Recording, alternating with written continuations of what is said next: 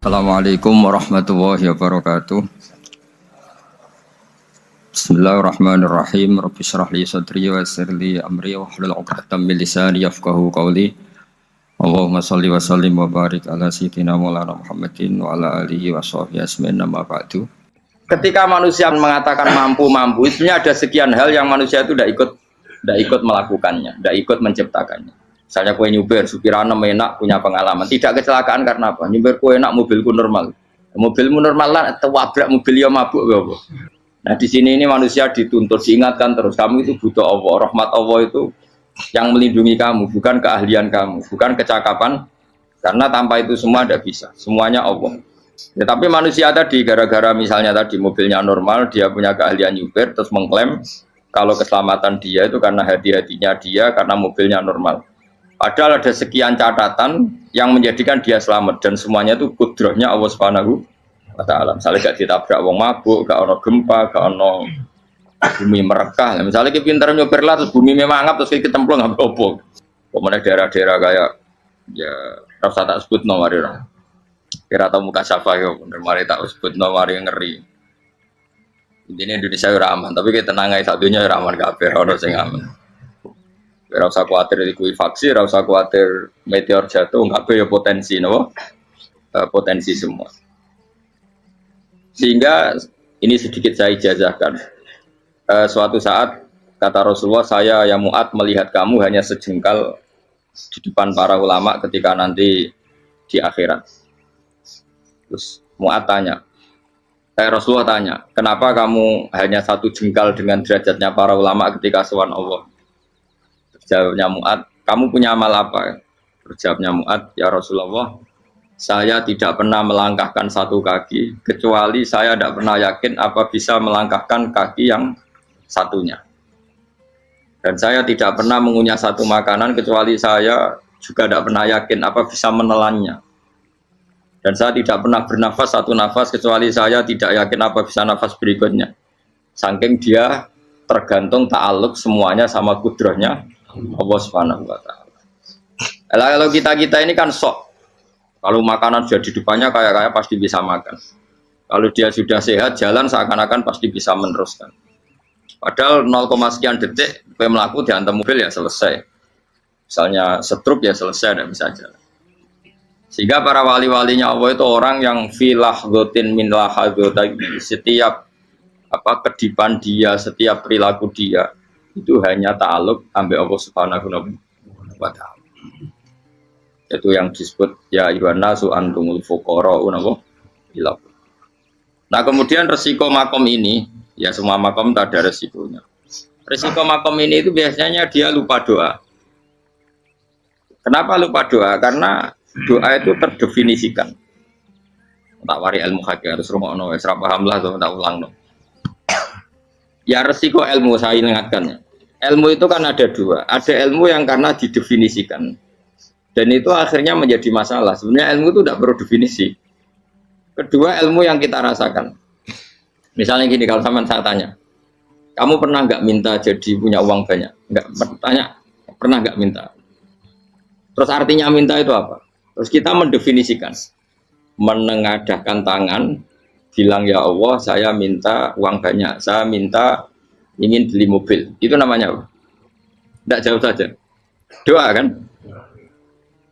Itu kesalahan kita mendefinisikan doa itu, misalnya menengadahkan tangan dan memohon dan menyebutkan permohonannya itu terus disebut doa. Tapi kalau menurut Allah, sistem tubuh kamu yang menghendaki punya mobil, sistem tubuh kamu yang ingin punya uang banyak, reaksi tubuh kamu yang terhinakan karena ditagih orang atau butuh uang. Ini menurut Allah ya sudah kamu itu peminta-minta. Saya ulang lagi ya. Sehingga menurut Allah kamu minta tidak minta ya tetap berstatus peminta, pengemis. Nah, orang-orang yang sudah wusul, meskipun itu kondisional ya tidak selalu. Itu ya dia pikirannya mengadahkan tangan apa enggak ya sama saja tubuhnya merasa minta sehingga dia tidak perlu mengekspresikan minta. Nah, terus orang yang fikih bilang seperti itu tuh sombong, wong kok gak tahu dungo. Sebetulnya keliru vonis orang fikih. Bagaimana mungkin dikatakan sombong? Dia reaksi tubuhnya, elemen tubuhnya sebetulnya meminta. Dia tidak berkategori meminta karena ilmu kadung didefinisikan kalau minta itu yang seperti ini. Itu kan lama. Nanti kalau suatu saat Indonesia yang kuasa itu terlalu NU atau terlalu yang tidak NU, lama-lama ada definisi. Misalnya yang dikatakan tahlilan itu apa? Ya bid'ah, Nabi tidak pernah tahlilan. Sahabat gak pernah nahlilin Nabi, malah nggak ngaji Nabi jadi tahlil. Mana nih tahlilan jalukno sepuro mayit, ngaji Nabi jalukno sepuro. Sehingga dengan tradisi itu tahlil itu masuk definisi bid'ah karena nggak pernah dilakukan sahabat dan para tabi'in. Ya salahnya kamu definisikan. Tapi kalau udah kamu definisikan, diarani tahlil, ya mau la ilaha illallah. Terus mungkinkah satu bacaan la ilaha illallah dilarang? Wong ra oleh maca kalimat tauhid. Jadi misalnya tahlil iku nafadno kalimat tauhid. Mau ketok orang ora iso dilarang tapi nak tahlil iku mitung dinani mayit kaya budo. Sakane kriminal. Enak. Ya sudah seperti itu. Makanya banyak orang salah itu karena ilmu kadung didefinisikan. Nah, definisi itu sebenarnya tidak mengikat dalam banyak hal. Ini penting saya utarakan. Ya karena seperti itu. Makanya itu masalah-masalah besar antara kita dan firqah-firqah yang lain, masalah ahli sunnah, terus masalah yang lain-lain. Memang ya sudah seperti itu. Ya saya ulang lagi ya. Ketika Nabi Ibrahim mau dibakar Namrud, itu masyhur cerita itu. Dan kemudian jadi Nabi namanya Habib Syahid. Habib Syahid itu sebetulnya hanya ngutip Habib Abdul Haddad. Jadi syair itu sebenarnya ada di Diwanul Haddad. Apa? Diwanul Haddad. Diwanul Haddad itu syair-syair Abdul Haddad ketika beliau usul, beliau mukasyafah. Terus bagian dinyanyikan Habib Syahid terus jadi populer. Saya ulang lagi ya. Tubuh kita, misalnya kamu lapar, perut kamu kan mereaksi minta makan. Andaikan kamu itu Tuhan, kan kamu tahu bahwa perut kamu itu minta makan. Tanpa kita bilang ya Allah saya minta makan, Allah tahu kalau reaksi tubuh kamu minta makan. Sehingga orang yang tidak minta pun asal makomnya makom yang ikror, mengakui kalau dia butuh, ya namanya sudah minta. Tapi fikih kadang mendefinisikan sing darane minta itu hanya madhep qiblat terus menengadakan tangan dan sebagainya. Ya sudah kita sebagai orang pengikut ya yang ikuti fikih, yang ikuti tasawuf sebetulnya itu definisi yang sepihak. Sehingga ketika Nabi Ibrahim mau dibakar Namrud, masyhur itu cerita itu. Beberapa hari mungkin bulan-bulan orang disuruh Namrud cari kayu sebanyak-banyaknya. Ketika kayu sudah terkumpul mungkin satu lapangan, Ibrahim mau dibakar. Pegawai Namrud itu bingung caranya nguncalo Ibrahim. Mereka saking gedene napa? Api. Nak dincalo kok ado iku ratok tengah. Nak diparekno iku kepanasan. Masyhur. Terus setan zaman iku ora akeh dadi setan tenan. Saiki kan duplikate sak akeh dadi setan ra tau muncul. Wong duplikate wis napa? Akeh.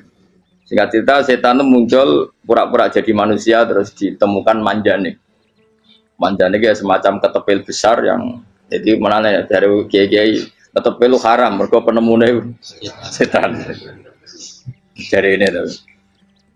Tapi nak manjanik penemune setan itu betul walhasil terus dibikinkan satu manjanik semacam ketepil besar terus Ibrahim dilemparkan ke api. Lewat apa? Ketepil tadi idenya siapa? Setan. Nah ketika di tengah api itu unik. Kata malaikat Jibril datang terus tanya sama Ibrahim, ya Ibrahim apa kamu butuh saya? Butuh. Alakah haja apa kamu punya kebutuhan? Jawab Ibrahim lah, saya tidak punya kebutuhan. Amma ilaika fala, kalau ke kamu enggak. Karena kamu makhluk, apapun keren kamu Jibril tetap kamu makhluk. Amma ilaika fala. Enggak maksudnya butuh ke Allah nanti saya nyampaikan. Malah dinya Nabi Ibrahim, kalau Allah tidak usah kamu sampaikan ya sudah tahu. Gua be Jibril. Oh, aku itu ditekak kan. Ya saya ulang lagi, apa kamu punya kebutuhan? Alaka hajalah ama ilaika fala, kalau ke kamu ndak. Ndak maksudnya butuh ke Allah nanti saya sampaikan. Karena Jibril yang mentang-mentang dekat sama Allah dan tukang memberi informasi. Tapi kata Ibrahim, kalau ke Allah sih nggak perlu kamu, dia sudah tahu. Nah itu terjadi nadamanya Habib Abdul Haddad Masyhur itu apa? Hasbi min su'ali ilmuhu bihali. Jadi cukup ilmunya Allah itu menjadikan saya tidak perlu minta. Hasbi min su'ali ilmuhu bihali.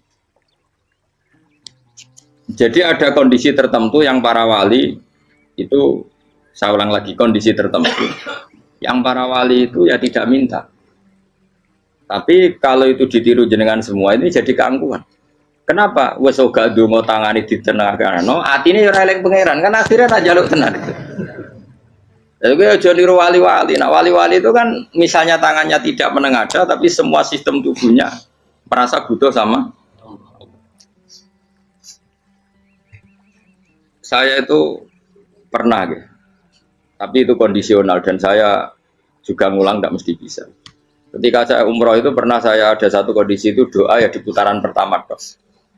Di putaran pertama saya berdoa ya agak banyak di multazam. Putaran kedua mau berdoa sudah tidak berani lagi. Sampai ke-7. Hari kedua ya tidak berani, hari ketiga tidak berani. Nah seperti itu tidak bisa dibuat-buat meskipun saya juga agak ingin. Tapi ya pas itu ya nggak bisa. Gara-gara itu korban kitab hikam, ya kitab hikam yang terkenal. Kitab hikam itu pernah cerita gini. Rubbama dallahum al-adab ala tarkit tolak. Terus di antara makalahnya itu wa inna ma yunabbahu man yajuzu alaihil ikhfal. Tapi kamu jangan niru dosa kan. Tapi jangan ingkar ilmu ini tambah dosa oke. Jadi niru ya dosa, ingkar ya dosa. Jadi ada seorang wali kata hikam. Kadang-kadang seorang wali itu mau doa diulang itu sungkan. Kenapa? Yang perlu diingatkan tuh yang potensi lupa. Allah kan masih ingat doa kemarin. Lalu itu gara-gara saya sebelum umroh itu mensinau kitab hikam itu agar fidrullah. Ya Allah, sing tak dungani wingi ejek eling kok tak eling nomene. Dadi wa inna ma yunabbahu man yajuzu alil fal, yang bisa diingatkan hanya orang yang potensi lupa. Sementara Allah tidak akan. Tapi kan akhirnya dungane eling. Ya Allah kayak kemarin. Hari ketiga ya Allah kayak. Makanya menurut saya ilmunya orang hakikat itu juga ada sisi kriminalnya karena ya tadi. Tapi kamu ingkar ya keliru. Memang Allah gak mungkin lupa, ngapain kamu ingatkan. Makanya menurut saya Allah itu memang zat terbaik, benar-benar Rahman Rahim. Mestinya nak Allah terbaik itu ngomong bedino malah ngamuk. Lah aku lali tapi kok hilang eling dong. Tapi Allah itu ya maklumi ya dengan kekeliruan. Kita ini kan selalu keliru, dongo terus ya keliru sebetulnya, karena seakan-akan kan mengingatkan seseorang yang mungkin lupa. Wong Allah tidak pernah lupa kok, kamu ingetin terus. Atau kamu menggurui Allah, yaitu ya Allah nang sebadani kalau di duake, padahal nggak mesti maslahat bagi kamu. Duake orang mesti maslahat bagi kamu. Maka ada sekian contoh yang wali itu dibully pangeran. Saya sering cerita, banyak cerita wali itu dibully pangeran, digarap ya pangeran. Ini gara-gara salah dewi. Saya pernah cerita dan itu ada di hikam betul di kitab itu. Ada wali itu tukang hamal itu manol di pasar, itu tukang angkut. Jadi kalau ada orang bawa barang berat diangkut dia, terus misalnya kalau dulu mungkin ya ke kereta atau ke singkat cerita terus diupahi. Saat dapat apa dia pasti pulang karena dia hanya butuh makan satu piring, karena dia tirakat makan satu piring untuk ibadah 24 jam. Singkat cerita dia ngeluh ya Allah. Kamu tahu, engkau tahu, saya ini pecinta engkau. Saya ini hanya butuh makan satu piring untuk kuat sholat. Tapi kenapa harus jadi juru manol? Berilah saya rezeki yang tanpa kerja. Nah, selang sekian hari dia dituduh maling, terus di penjara, terus dapat rezeki tanpa kerja. Dia ya Allah kenapa jadinya gini? Kan kamu minta rezeki tanpa kerja. Ya itu penjara itu rezeki tanpa kerja kan. Jadi Allah memperlakukan para walinya itu memang unik. Ya kadang dibully. Sehingga dalam cerita-cerita kenabian, kata Qadiyat itu, nggak ada orang yang sering dibully Allah kayak nabinya. Karena nabi itu orang yang dicintai Allah. Jika salah sedikit saja itu, cara pangeran itu, cara kampus itu digarap, suka dipelonco, salah sedikit. Misalnya begini, Nabi Yakub itu kan nabi. Dia mungkin nyon jauh nggak tersadar, nyembelih apa itu anak sapi itu di depan indukannya. Ya beliau mungkin spontan saja, Pak. Kalau kamu yang melakukan pasti tidak ada hukumannya karena Allah tidak pati peduli sama kamu, sudah lah. Artinya nggak peduli, salah pantas saya nggak jelas ya gitu. Tapi ini Nabi. Ketika itu terus indukannya sapi tadi, ya Allah, Yakub itu kekasihmu. Saya tidak berani sama dia karena dia kekasih. Tapi saya tetap menuntut keadilan. Dia harus merasakan susahnya dipisah dengan anak.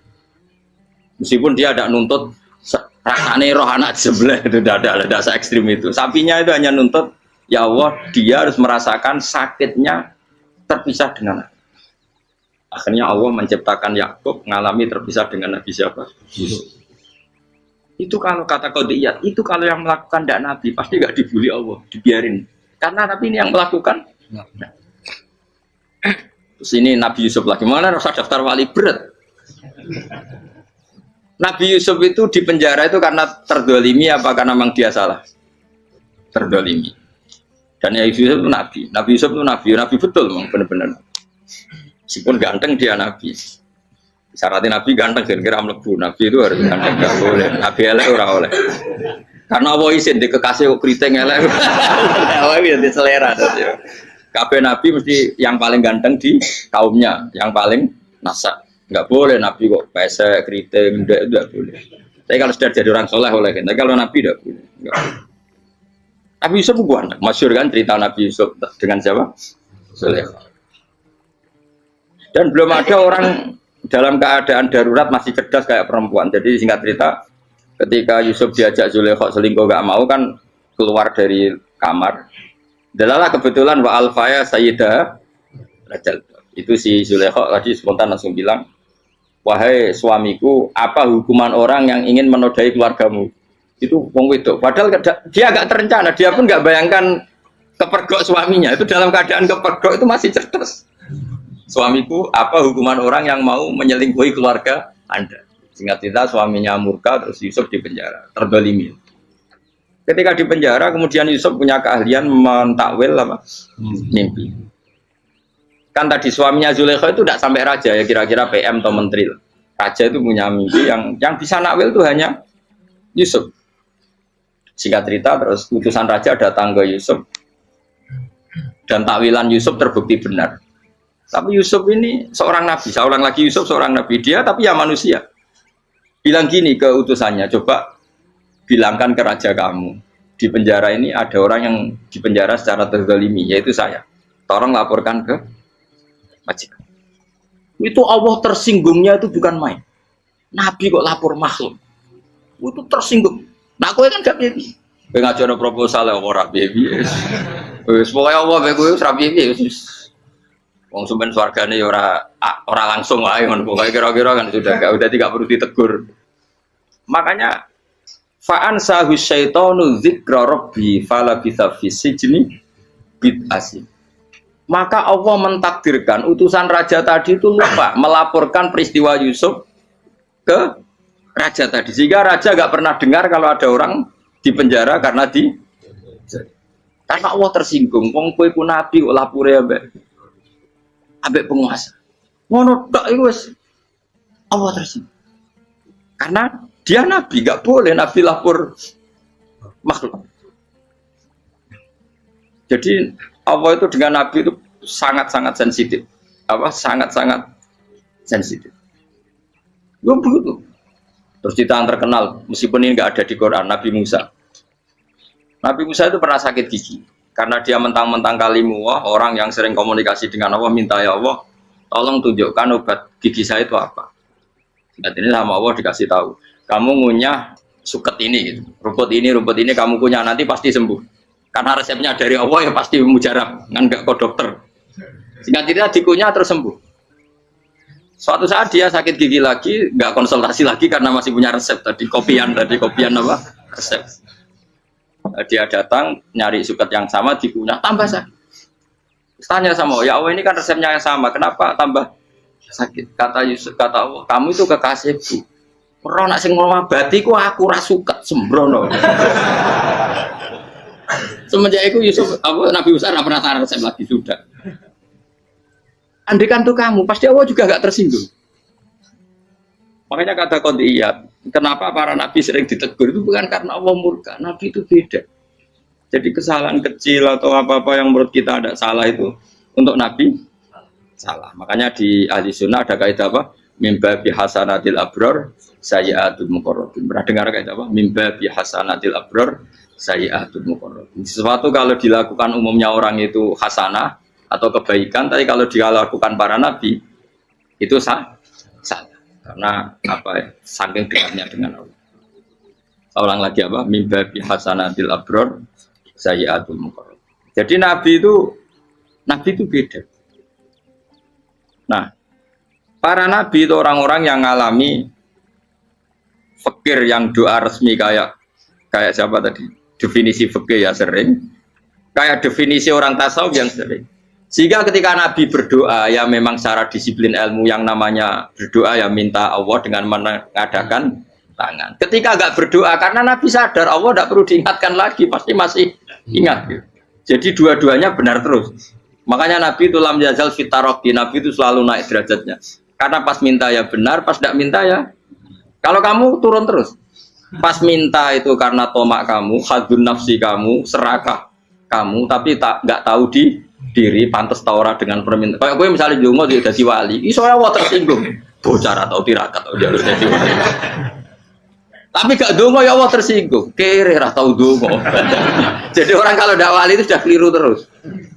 Jadi kok di sepuro, tapi tak kira itu akeh. Ya jajal gitu ngajak wali kok sabtu kok dirjelan. Kira-kira Allah tersinggung apa nyembadani? Kira-kira tersinggung. Tapi misalnya kira tahu dongo kepengen kau Imam Syafi'i, apa tersinggung? Bocah ora di idola. Terus piye Gus? Piye kadung salah biasa wis. Wis bakat salah no. Bakat salah. Ini dongane sing gampang kae sing mesti bener Rabbana dzalamna anfusana wa lam taghfir lana wa tarhamna lanakunanna minal khasirin. Saya pernah punya kitab dan kitab itu menurut saya luar biasa. Bahkan ketika adu bully itu, adu cara mahasiswa itu kayak pelonconan itu. Nabi sama Nabi pangeran itu dan itu sekali yang satu salah melakukan disiplin ilmu pangeran itu degradasi. Dan Allah memang mengancam gitu. Kalau kamu melanggar ini, la biton namin diwanin nubuah. Nanti la amkuan namin diwanin nubuah. Kamu saya hapus dari buku kenabian. Tes-tesannya ya lucu, misalnya begini. Kata Nabi Musa kan ditanya. Ketika dia khutbah ditanya orang. Siapa orang paling alim ya Nabi Allah? Sekarang orang paling alim itu siapa? Nabi Musa jawab, saya kan. Ya itu Allah tersinggung karena wong kok mletene ngono. Tapi andai kan Nabi Musa kok jawab Fauzi itu salah, tambah salah meneh. Atau enggak Ruhin, malah salah meneh. Tapi jawab Musa ya salah. Saya Gusti, saya kan. Orang paling alim siapa? Saya. Allah memperingatkan Musa, ada seseorang yang lebih alim ketimbang kamu. Coba kamu harus ketemu dia. Ketemu singkat cerita ketemu Nabi siapa? Khidir. Terus dalam 3 sesi ini, 3 babak ini buli-bulian. Nabi Khidir itu dalam 3 babak ini selalu kelihatan salah. Di antaranya adalah cara sekarang ya mungkin di gonjak sepeda motor atau perahu kalau dulu yang menggratisi dia numpangi sepeda motor malah spionnya dicopot. Spionnya dicopot, dirusak. Tapi Musa kan sudah digratisin malah rusak yang motornya yang apa? Menggratisin. Nabi Khidir masih tenang. Kamu udah paham. Jadi Nabi Khidir mesti sudah kamu udah paham. Itu kata syurrahul hadis termasuk Ibnu Hajar al-Asqalani bilangin. Setelah itu kedua membunuh anak kecil. Musa tambah marah. Anak yang belum punya dosa kok kamu sampai 3 kali ada 3 peristiwa. Itu kata syurrahul hadis. Andai kan Musa kok diam tidak protes, maka dia akan disalahkan Allah. Karena dia berarti membiarkan kemungkaran di depan matanya tanpa reaksi. Jadi sebetulnya ketika Musa berontak itu Nabi Khidir, Nabi tenan gitu. Jadi itu kan unik. Tapi berontak itu disalahkan. Jadi angel sandi tes-tesan jadi Nabi itu ya angel. Misalnya kok Nabi Musa itu kayak model santri Jawa Timur. Nabi Khidir salah, nggih nderek mawon. Ya ora nabi jero barang mungkar. Menengae. Berarti yo nabi goblok ngono kira-kira. Makanya memang Musa harus konsisten seperti itu, harus demo terus. Kayak saya misalnya sebagai kiai fikih, kiai ya harus seperti ini cara mulang saya. Enggak boleh saya misalnya terus anut mulang terus tawadhu semeneng itu ora karu-karuan. Jadi andekan Musa kok tidak protes itu malah salah. Ya memang harus. Dan itu Nabi Khidir Nabi tenang. Makanya Nabi Khidir akhirnya respect. Tidak ada hati sebaik Abu Musa. Risi itu gak nyaman ketika melihat kemungkaran. Jadi itu sebenarnya poin. Tapi lucunya Nabi Khidir yang nyalan. Tak ada rasa kok komen tak kok. Tapi ya disalah no. Ya aku jadi Nabi Musa. Ya jajal, gawe peristiwa meneh aku tak sabar rata kok. Kon jajal nih. Barang dijajal ya protes meneh. Barang protes meneh, tinggal satu kali kesempatan. Kowe takok meneh wis ora dadi murid. Dikasih kesempatan lagi, ya protes meneh deh umat. Tapi itu justru itu menjadi kelebihannya Nabi Musa karena syarat seorang nabi adalah al-musara'ah ila ingkaril munkar kata Ibnu Hajar Al-Asqalani. Syarat seorang nabi adalah secepat ngengkari sesuatu yang mungkar. Enggak boleh. Ya toh kan misalnya kita jadi murid terus gurumu itu gandeng artis atau gandeng penyanyi dangdut. Nderek mawon. Jadi guru mumet goblok. Tapi kowe ngloroi guru tersinggung. Ora roh hikmah iku. Kan bingung loh. De guru ini kok bingung loh. Soalnya kayak de guru jadab dorong Jawa Timur apa? Gurumu gandeng penyanyi dangdut. Reaksimu biasa saya takut. Ayo loh, nah elek kan gak iri. Biasanya nah elek itu ra iri. Sekarang Pak. Sing ayu, sing potensi iri. Kira-kira reaksi kamu itu milih derek mawon apa berontak? Golek nak gurumu wong alim mesti nak pas dia meneng muridku gila gak sensitif. Roh barang mungkar dilakukan di depannya kok tidak reaksi, tidak protes, geblek tenan. Tapi lucunya guru mau nak protes ya gak duwe akhlak gitu. Guru lagi senenge kok ora oleh. Nah Nabi itu kan buli-bulian. Jadi Nabi Khidir dengan Nabi Musa itu tepat-tepat. Karena dua orang ini sama-sama kekasih Allah. Itu Nabi Musa justru barokahnya itu dia tidak pernah kelasmennya di bawah Nabi Khidir. Semua ulama sepakat kelasmennya Musa tetap di atas Nabi Khidir. Sehingga yang berlaku ya tetap ilmunya Nabi Musa bahwa membunuh anak kecil tidak boleh, merusak perahu milik orang lain tidak boleh. Karena Allah tetap lebih respect dengan ilmunya Nabi Musa. Nabi Khidir tetap ilmunya nggak dipakai, meskipun dia disebut hakikat. Karena ilmunya Nabi Khidir ngani ngoyo wong ape mutusno ngenteni nginceng loh mahfud. Lah sing iso iku sapa? Barang ra mungkin kok. Makanya Nabi Khidir terakhir menutup kalimatnya wa ma fa'altuhu an amri. Dzalika ta'wilu ma lam tasbi alaihi sob. Aku dhewe nglakoni ini ya ora roh, wis ditakdir nglakoni ngene wae. Dadi Nabi Khidir ya ora paham. Jadi wa ma fa'altu an amri itu terakhir kira-kira artinya saya sendiri tidak melakukan ini karena inspirasi saya sendiri atau keputusan saya sendiri. Tahu-tahu saya ditakdir melakukan. Karena pas itu Nabi Khidir disetting semuanya dengan ilmu hakikat. Yaitu bayi tadi memang kutiba kafiron. Kutiba kan apa? Kafiron. Memang dia nanti kalau umur nganti tua ditakdir mati kafir. Daripada mati kafir nanti ya sudah mati sekarang. Tapi nggak mungkin kan ada syariat daripada soben beling pateni kecil. Ya ora syariat, tetap ikut Nabi Musa. Makanya kata Ibnu Hajar Al-Asqalani itu uniknya Allah sama para wali-walinya. Wali ku klirullah itu tuh disenengi pengen. Terus pengenan nabi-nabi ini yo kecil-kecilan, yo panjenengan wong. Terus keempat kan. Tadi kan saya punya contoh 3, ini contoh keempat, ini terakhir. Akhirnya kok ilmu meracu cukup malah bingung enggak. Nabi itu minggat itu boleh enggak? Tanpa pamit, minggat itu pergi enggak pamit itu boleh enggak? Enggak boleh. Rasulullah meskipun kayak apa disakiti di Mekah itu enggak pernah minggat, enggak pernah hijrah. Saya ulang lagi, karena butuh izin. Tapi Allah pernah punya kekasih yaitu Nabi Yunus. Nabi siapa? Yunus. Itu Quran meredaksikan ya abako. Abako itu terjemahnya apa? Minggat. Kalau pergi itu dahaba. Tapi ini Allah meredaksikan itu abako. Abako itu ya minggat. Nabi Yunus itu dakwah di daerah Nainua. Ya, Nainua itu ya Babylon sana. Kampungnya namanya Nainua. Ya daerah Babylon. Babylon itu kalau di geografis modern ikut Irak. Ikut mana? Irak. Jadi Kufa, Basra, Babylon. Terus siapa itu yang ngalahkan pasukan Yahudi dulu itu Buktanasor, Hebukat Nazir itu ikut mana? Babylon apa? Babylon. Bama unsila alal malaka ini di Babila Harut Amar. Makanya kalau ulama-ulama melihat Irak kacau sampai sekarang itu tidak kaget. Irak itu ardun mal'unah kalau di kitab-kitab. Bumi yang memang sudah terlaknati mulai dulu.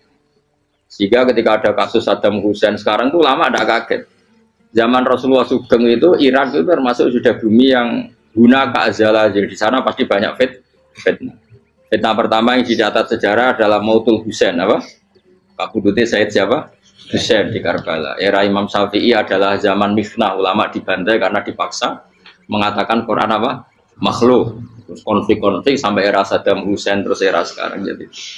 Nah kita ini ulama sebenarnya tahu tarikh itu. Tapi di era modern kan dianalisis karena campur tangan ini itu ya sudah lah. Sebab goblok pun daripada ngebantah-bantah olahraga. Ibu goblok, ibu pinter. Sekarang kan analisisnya kan, wah ini ada campur tangan pihak ketiga diciptakan ya sauni ini. Ya kalau intelijen harus ngomong seperti itu. Kalau kita seperti ulama memang dari dulu dicap Nabi hunalika az-zalasil wal fitan. Saya teruskan. Nabi Yunus itu dakwai kaumnya itu lama sekali dan daima.